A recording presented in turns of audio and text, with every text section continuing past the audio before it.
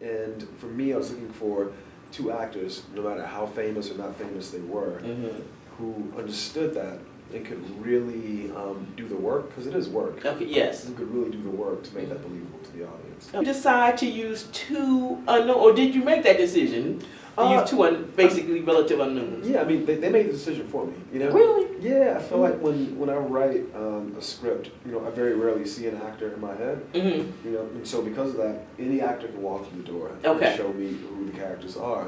And so sometimes maybe, yeah, there might be somebody who's already more established, you know, like a Regina King, you know, or it might be somebody who nobody's ever seen. Okay. Like Kiki Lane. And to me, the most important thing was, like you said, this chemistry you know, between the two of them.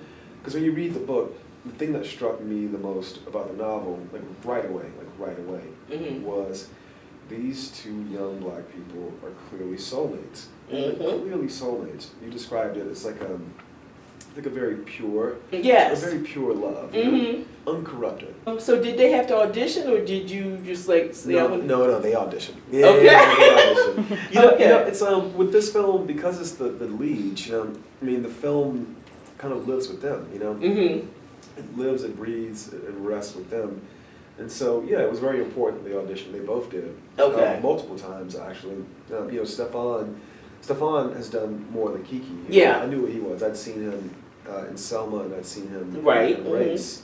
And it's interesting because in the book, his character is written to be light-skinned. You know? Oh, okay. Yeah, Baldwin was very particular in the book that Fonny's family is all light-skinned. And so there was this idea of colorism in the book. And so when the families come together, right away you can see, oh, not only, you know, does Fonny's family have more money than Tish's family, but also, you know, they're light skinned. So there's that whole tension. And that still is. Exactly. And so he wasn't on my mind, to be honest, because I was trying to make the film resemble the book as closely as possible.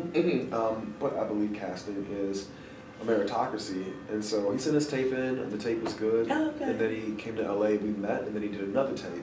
And I thought, you know what, typically a character is written dark skin in the book and then cast light skin in the film. You know, I've shown this film in Harlem, you know, Paris, you know, I've shown it in Houston, all these different places.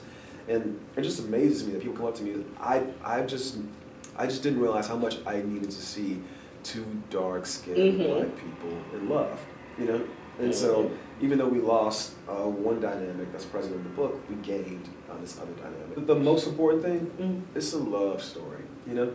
It's a romance, it's a love story, and it's about all the many different ways in which black folks show love to each other. Romantic love, you know, between a husband and wife, but also family love between parents and their children, you know, sisterly love between sisters and brotherly love. You know? There's only 2 scenes in this film. It's interesting, especially this film compared to Moonlight, because Moonlight, such a male point of view.